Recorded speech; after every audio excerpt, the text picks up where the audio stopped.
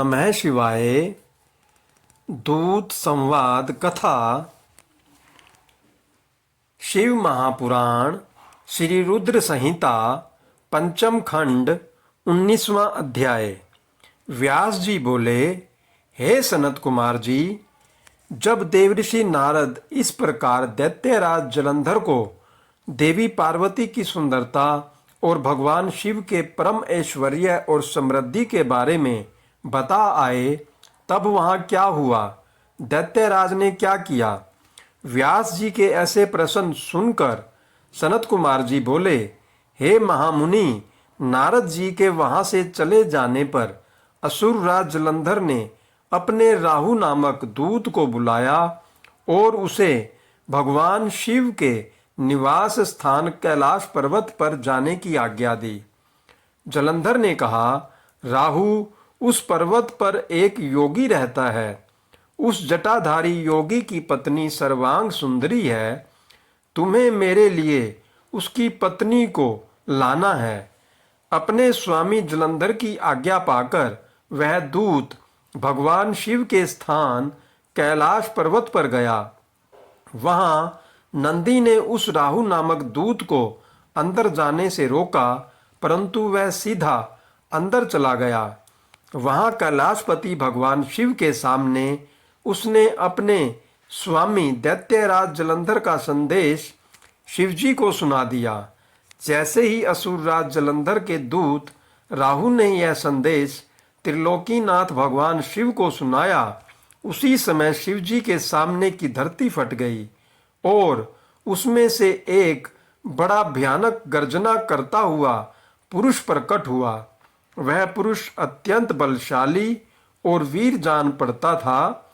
उसका मुख सिंह के समान था और ऐसा लगता था कि सिंह मानव का रूप लेकर साक्षात सामने आकर खड़ा हो गया है।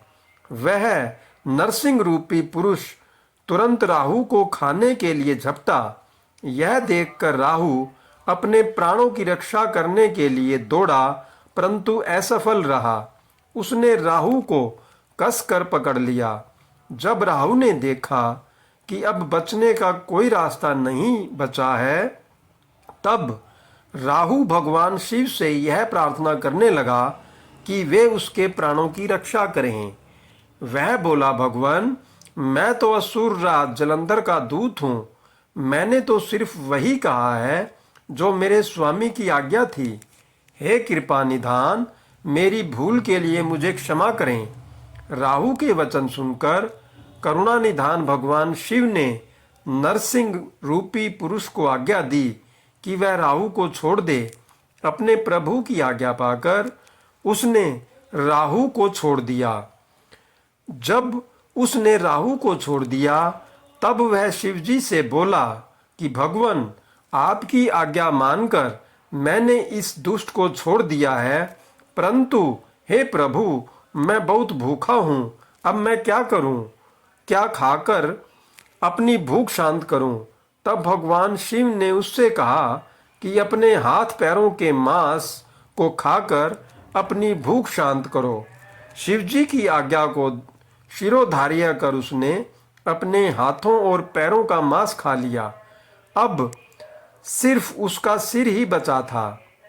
यह देखकर भगवान शिव उस पर प्रसन्न हो गए और बोले, तुमने मेरी आज्ञा का पालन करके मुझे प्रसन्न किया है।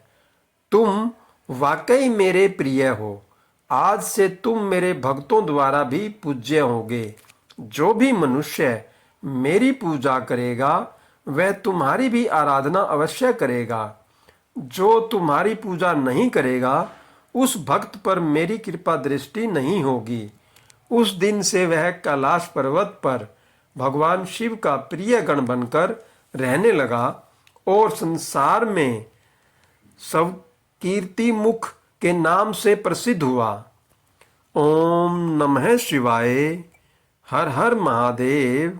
जय शिव शंभू। जय भोले।